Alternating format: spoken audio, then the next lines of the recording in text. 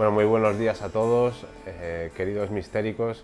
Estamos en un lugar emblemático, en la Piazzola, uno de los lugares de reunión del mundo vikingo aquí en Madrid, en los Bajos de Opañel, y tenemos a un invitado muy especial, Manuel Velasco, quizá uno de los grandes expertos en mundo vikingo, ya sea por sus aportaciones tanto de ficción como de no ficción acerca del mundo vikingo. Muy buenos días, Manuel. Buenos días. Bueno, pues hoy lo que vamos a hacer es, a través de Manuel Velasco, nos va a ilustrar acerca del mundo de la mitología nórdica, que es un mundo un poco complejo, como nos va a explicar, y que bueno, pues, va a arrojar luz acerca de quiénes eran esos dioses, qué connotaciones tenía la mitología vikinga, y sin más vamos a empezar esta entrevista. La primera pregunta, quizá importante, sería saber dónde y cuándo podemos ubicar el surgimiento de la mitología nórdica y qué pueblos comprende. Bien, pues la mitología nórdica es la evolución de la mitología germánica y esta a su vez pues viene de un tronco común del mundo indoeuropeo, del cual pues surgieron otros pueblos, otras culturas y que tienen en común pues una serie de dioses con los mismos atributos que los encontramos pues en griegos, romanos o los vikingos finalmente. Entonces, los nórdicos, a lo que podemos llamar también vikingos, aunque es un nombre inapropiado, mejor le llamamos nórdicos, pues es la fusión de los pueblos proto-escandinavos que ya estaban allí en la Edad del Bronce, en lo que hoy llamamos Escandinavia, más las tribus germánicas que emigraron en los siglos V y VI hacia el norte y se fusionaron. Entonces, bueno, pues hubo cambios lingüísticos, cambio de uso de las runas y la mitología prácticamente es la misma, solo cambian pues, nombres, es casi un cambio cosmético, pues Wotan pasa a Odín, el Don era Thor y cosas así, pero básicamente es la misma mitología que la que tenían los pueblos germánicos. Ajá, estupendo. Por lo que tengo entendido, la mitología nórdica es una materia muy compleja y sobre todo por los textos que tenemos que nos hablan de ella. ¿Cuáles son las fuentes de que disponemos a día de hoy y hasta qué punto los podemos tomar como fuentes válidas? Bueno, primero tenemos el estudio de la mitología germánica, que bueno, hace falta conocerlo para profundizar en la nórdica. Y aquí los no tenemos fuentes muy fiables porque los germanos no dejaron nada escrito. Tenemos la visión de romanos que se acercaron con su mirada extranjera, sobre todo pensando que ellos eran perfectos y que los demás eran súper bárbaros, como eran los germanos en su tiempo. Y tenemos allá a nivel nórdico los textos que se escribieron en Islandia, sobre todo las Edas, la Edad Mayor y la Edad Menor. Estos son un conjunto de poesías, de relatos acerca de dioses que formaron parte de la tradición oral de los vikingos, que en Islandia se transcribieron gracias a que los monjes irlandeses no renunciaron a la leyenda de sus antepasados, igual que otros sí renunciaron y las hemos perdido para siempre. Pues ellos transcribieron la tradición oral y con el tiempo pues, se reagruparon estas leyendas, estas poesías en estos dos volúmenes que hoy llamamos las Edda. Sí, también hay Snorri Sturluson, si no me Sí, equivoco, uno de los compiladores. Sí, ¿no? Seamundo el Sabio y Snorri Sturluson son los dos nombres principales. Perfecto.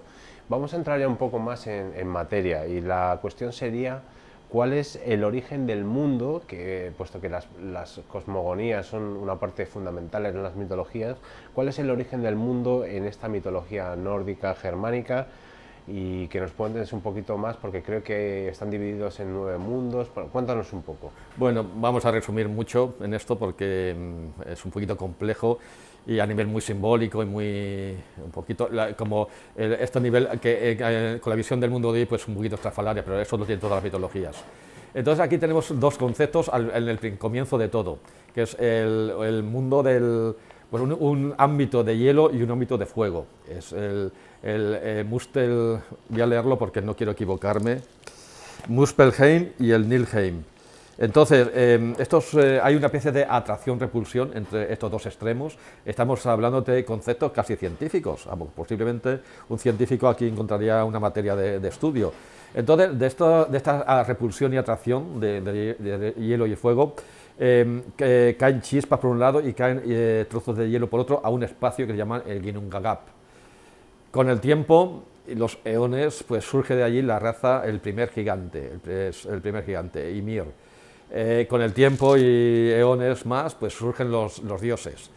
Los dioses acaban matando a este gigante y con sus restos forman el universo, tal como lo concibían los germanos, los vikingos. Entonces eran 9 mundos los que componían este universo, cada uno pues habitado por un tipo de seres. Entonces vamos a ver aquí una imagen sobreimpresa y vamos a ver que en el centro de todo está el Midgard, justamente la Tierra Media de los humanos, el mundo que conocemos. Después tenemos el Asgard, la tierra de los dioses, tenemos el Hel, la tierra de la muerte, que está, digamos, en lugares opuestos. Después tenemos la tierra de elfos, enanos y gigantes, o sea, Alheim, Svartalheim y Jotunheim. Y finalmente esos 2 mundos de hielo y fuego pues siguen en sus sitios, así como 2 polos que hacen que las cosas se mantengan, la materia se mantenga. Creo que hay dos especies de tribus relativas a los dioses, que son los Vanes y los Ases. ¿Qué es esto en concreto, Manuel? Bueno, esta es una de las lagunas que hay en la mitología, de las muchas lagunas que hay. Yo no he llegado a comprender por qué existen 2 razas distintas de dioses. Bueno, pues están los Ases y los Vanir. Hay una guerra entre ellos, una guerra tremenda que dura, bueno, el mundo de los dioses pues supongo no tiene las limitaciones temporales que los humanos, entonces bueno, pues no se sabe exactamente cuánto puede durar.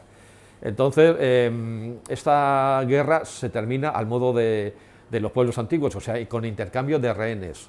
Entonces estos rehenes pues aseguran que se van a cumplir el pacto hecho, el pacto de paz. Bueno, pues así a niveles muy genéricos podemos decir que los Vanes eran los dioses más de la naturaleza, más las fuerzas de la naturaleza, por el cambio de las estaciones, la fertilidad de los campos, de los animales, de las personas, y que los Ases tenían que ver más con la civilización, el concepto de entonces de la civilización de un pueblo campesino, o sea, las granjas, el comercio, las leyes, el gobierno, las guerras. Pero claro, ahí no hay una línea que diga pues aquí unos, aquí otros, porque hay otros, algunos dioses pues tienen propiedades intercambiables en los 2 bandos y que es una forma muy genérica de dividirlos, pero no es definitiva. Ajá, interesante. Bueno, y vamos quizá a uno de los puntos más conocidos quizá de la mitología nórdica, y estamos hablando de los grandes dioses. ¿Cuáles son, a tu juicio, un poco los dioses principales de la mitología germánica y nórdica, y cuál es un poquito su historia, así a grandes rasgos? Bueno, pues son infinidad de dioses, no sé si alguien se ha puesto a contarlos alguna vez, porque luego también hay unos subdioses, unos seres sobrenaturales que pueden ser deidades o no, depende de la interpretación que le quiera dar cada uno. Entonces vamos a coger 3 para hacernos una idea de este panteón nórdico. Primero, Odín. Odín es el germánico Botán, que en los anglosajones llamaron Boden. De ese Boden llegó el Wednesday, la palabra miércoles, que era su día. Entonces es el dios principal. También se llamaba el padre de todos, el Alfader, padre de todos, porque la mayoría de los dioses nórdicos son hijos suyos, distintas hembras, tanto a veces incluso con gigantas tuvo hijos. Entonces este es un dios muy especial. Se le habla de que es el dios de la guerra, el dios el dios tuerto que perdió un ojo buscando la sabiduría, pero vamos, hay otros conceptos que yo he resaltado en una de mis novelas, que es como un dios chamánico. Entonces tiene propiedades que se atribuyen a los grandes chamanes, cambia de forma, visita los 9 mundos, se comunica con animales, o sea, aquí tiene 2 cuervos que le informan de lo que pasa por ahí. Entonces, su nombre también significaba furia en los 3 idiomas que hemos visto, el sajón, el germánico y el vikingo. Entonces esta palabra también se puede intercambiar por éxtasis, representa el éxtasis del guerrero, este momento en que un guerrero ahí en pleno combate pues desaparece todo su entorno, el fragor de la batalla se atenúa y está él solo con el otro enemigo que está enfrente, el tiempo como que se ralentiza y es su tiempo, su espacio, y no hay más que eso, él es su enemigo, y el Odín, que está más o menos presente en espíritu y que participa de esa energía del combate, seguramente también absorbe y se alimenta de esa energía. También es el éxtasis del poeta cuando está inspirando y está inspirado y compone sus más gloriosas obras. También es el éxtasis del brujo o chamán, cuando se libera de su cuerpo y entonces viaja espiritualmente a otros sitios, se comunica con los antepasados, con los espíritus de la tribu, o puede sanar a alguien pues viendo los demonios que le causan la enfermedad y expulsándolos de su cuerpo. Después vamos a ver a su hijo, a Thor, el famoso Thor, posiblemente más popular tanto entonces como ahora. Su amuleto era el más usado, el que más ejemplares se han encontrado y más variedad. El que más topónimos tenía y sigue teniendo. Es el dios del trueno, o sea, es un dios atmosférico. Aquí, eso sería una cualidad de los vanes, pero bueno, él es un as. Es el dios favorito de los campesinos, de los comerciantes, de los artesanos. Y su arma famosa, que si quieres después hablamos de ella, pues el Mjolnir, el famoso martillo. Después tenemos, como tercero, vamos a ver a Tyr. Tyr es un dios que en algunas tribus germánicas, con el nombre de Tivaz, y Tyr lo pasó a los sajones, del cual del Tyr pasó a Tuesday, el martes, que era su día. Thor tenemos el jueves, tenemos el miércoles de Odín, el jueves de Thor y el martes de Tyr. Entonces, este dios parece que en las tribus germánicas, en algunas al menos, era el dios principal. Dios de la guerra, pero que por algún motivo fue desplazado por el Botán. Entonces, cuando las migraciones llegaron al norte, a lo que hoy llamamos Escandinavia, pues Odín era el principal y bueno, pues Tyr se quedó un poquito de dios secundario. Este dios está relacionado con una leyenda muy famosa y muy importante, con el lobo gigante Fenrir. Es un lobo gigante peligroso al que no se podía matar. Entonces, los dioses deciden pues encadenarlo en algún lugar para que no sea un peligro. Rompe todas las cadenas, no hay manera, es una fiera inmensa, impresionante. Y los enanos que hacían los objetos mágicos para los dioses construyen una cadena irrompible. Bueno, pues van a donde está este lobo, quieren engañarlo, quieren decir, mira, tú como eres tan fuerte, a ver si eres capaz de romper esta cadena y tal. Bueno, aparte de ser fuerte, era listo. Entonces no se traga el engaño y dice, vale, vamos a jugar a esto, pero mientras me ponéis la cadena para probar a ver si la rompo, uno de vosotros tiene que poner su mano entre mis fauces, como señal de buena voluntad. Bueno, ¿a quién hace? Aquí en España tenemos eso de quién le pone el cascabel al gato. Entonces, bueno, ¿quién le pone la cadena y la mano en la fauce del lobo salvaje? Bueno, pues lo hace Tyr. Entonces pierde su mano, pero el lobo queda encadenado. Entonces es un símbolo de alguien que toma responsabilidad por su comunidad, por los suyos, sin importar su propio provecho. Entonces, bueno, nadie más lo iba a hacer, solo lo hizo él, perdió su mano, pero el mundo y los dioses quedaron libres de este peligro.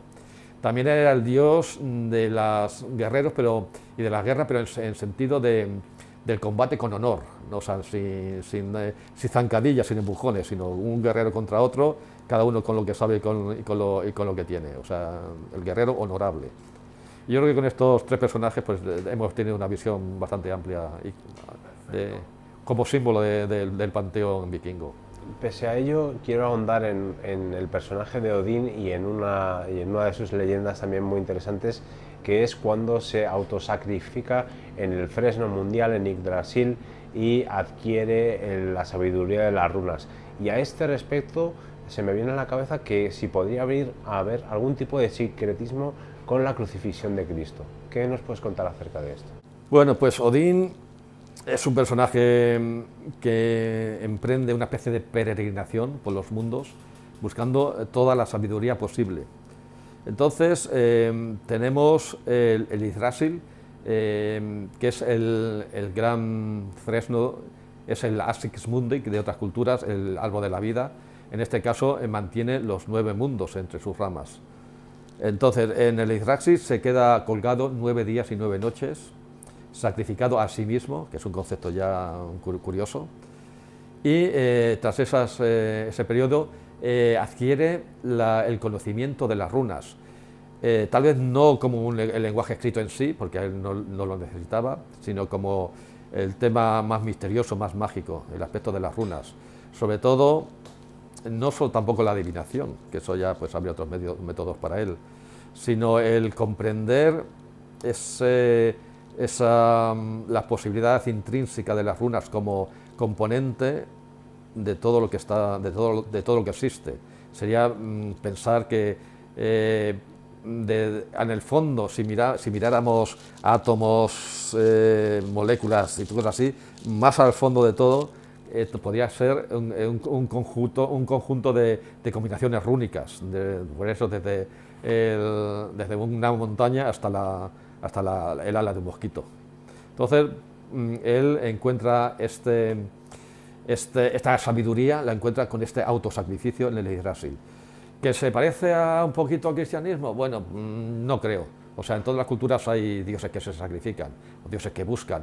Entonces, bueno, él no solo encuentra, se tiene que sacrificar por las runas, es que en el pozo de la sabiduría de Mimir tiene que dejar un ojo, también por otro tipo de conocimientos. O sea, él no le dolían prendas, quería saber y eso sí, aquí ningún conocimiento es gratis. Aquí hay que dar algo a cambio de lo que recibes. Antes nos has hablado de un símbolo que quizás es el más conocido hoy en día del mundo vikingo, que es el martillo de Thor o Mjolnir. ¿Qué nos puedes comentar y por qué es importante este símbolo? ¿Por qué nos lo encontramos en tantas tumbas nórdicas? ¿Qué es un poco el Mjolnir? Bueno, pues el Mjolnir, demoledor, que significa símbolo de Thor, es otro de los objetos mágicos que construyeron los enanos. Entonces, esto era martillo, el Thor era el único que podía manejarlo, tenía una muñequera especial, un guante especial y un cinturón con el que podía levantarlo y lanzarlo para cualquier distancia, podía regular la fuerza del golpe y si lo lanzaba pues volvía como un boomerang, volvía a su mano. Entonces es un símbolo de Thor como defensor del Asgard, la tierra de los dioses, porque con este martillo mantenía en raya a los gigantes. Los gigantes siempre la raza enemiga, fueron los originarios, los primeros seres, pero fueron desplazados por los dioses. Entonces, como que nunca lo han perdonado, siempre están dispuestos a asaltar el Asgard. Entonces, bueno, pues Thor es el defensor, utilizando su martillo para mantenerlos a raya. Por otro lado, pues también es el defensor del Midgard, la tierra de los humanos, porque ahí está la serpiente Jormungandur, que acaba ocupando pues el océano. Entonces, bueno, pues su martillo es lo único que también puede retenerla un poquito en paz. Entonces, este martillo como símbolo, como amuleto, pues era el más usado y de hecho se ha encontrado en infinidad de tumbas, hay cantidad de museos en que se ven martillos de Thor. Y bueno, hay veces que incluso hay autores que han señalado que el giro del martillo plasmado en 2 dimensiones podía ser la esvástica. También era un símbolo importante en los juicios. Los juicios se hacían el jueves, justamente el día de Thor. Entonces, seguramente se ponía una imagen en madera donde las personas tomaban juramento poniendo la mano en el martillo. Posiblemente, bueno, seguramente un perjuro no solo ofendía a la comunidad, sino al propio Dios, y por eso era doblemente castigado. Perfecto. Hay algunos personajes o seres, dioses o conceptos que nos encontramos muy habitualmente cuando hablamos del mundo vikingo, pero quizá nos puedes arrojar alguna luz. Por un lado, las valquirias, el Valhalla y también el Ragnarok. Creo que están interrelacionados. ¿Qué nos puedes contar? Son 3 conceptos muy interrelacionados. Primero, valquirias. En principio, en la mitología germánica antigua, parece que eran unas sacerdotisas del Botán que se encargaban de los sacrificios de prisioneros. Luego ya subieron de categoría, ya eran hijas de Odín en el mundo nórdico y eran las que eligen a los muertos, a los caídos en combate. Entonces su función era eso, sobrevolar el campo de batalla, escoger a los mejores guerreros que habían muerto combatiendo y llevarlos hacia el Valhalla. Valhalla era un palacio en el Asgard donde estaban los Einherjar. Einherjar es singular, Einherjar plural, que eran los guerreros de todos los tiempos, elegidos por las valquirias, que pasaban allí el tiempo entrenándose todos los días y cenando luego con Odín por las noches, con el fin de estar preparados para combatir en el Ragnarok.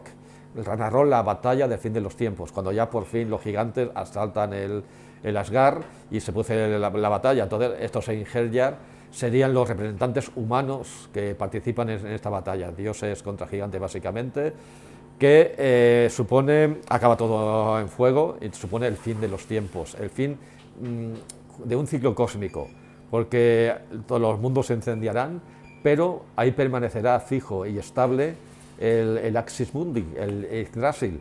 Entonces de este Yggdrasil saldrán los nuevos seres que habitarán el nuevo ciclo cósmico. O sea, no es un fin definitivo, es el fin de uno, pero que lleva ya en la semilla del comienzo del siguiente. Ah, qué interesante. Bueno, pues Manuel, ¿algún otro concepto, personaje o dios que quieras mencionar respecto a la mitología nórdica que nos hayamos dejado de lado? ¿Alguna cosa como cierre de esta entrevista? Bueno, si acaso resaltar a otro dios importante, el Balder, hijo también de Odín, que fue un dios asesinado, el único dios asesinado, y que por tanto no tuvo que ir al Hel, al reino de la muerte, donde quisieron rescatarlo, y no fue fácil. Bueno, de hecho no pudieron rescatarlo ni los propios dioses, porque ellos mismos habían hecho el Hel, habían puesto ahí a Hela como reina de la muerte, y la Hela dijo: las normas las habéis puesto vosotros, sois los primeros que tenéis que respetarlas, y no lo dejó salir a Balder. Solo eso. Perfecto, pues muchísimas gracias, Manuel, una entrevista muy interesante que saldrá en Mistérica 11 en nuestro especial de número de vikingos. Muchísimas gracias, Manuel. Vale, a vosotros.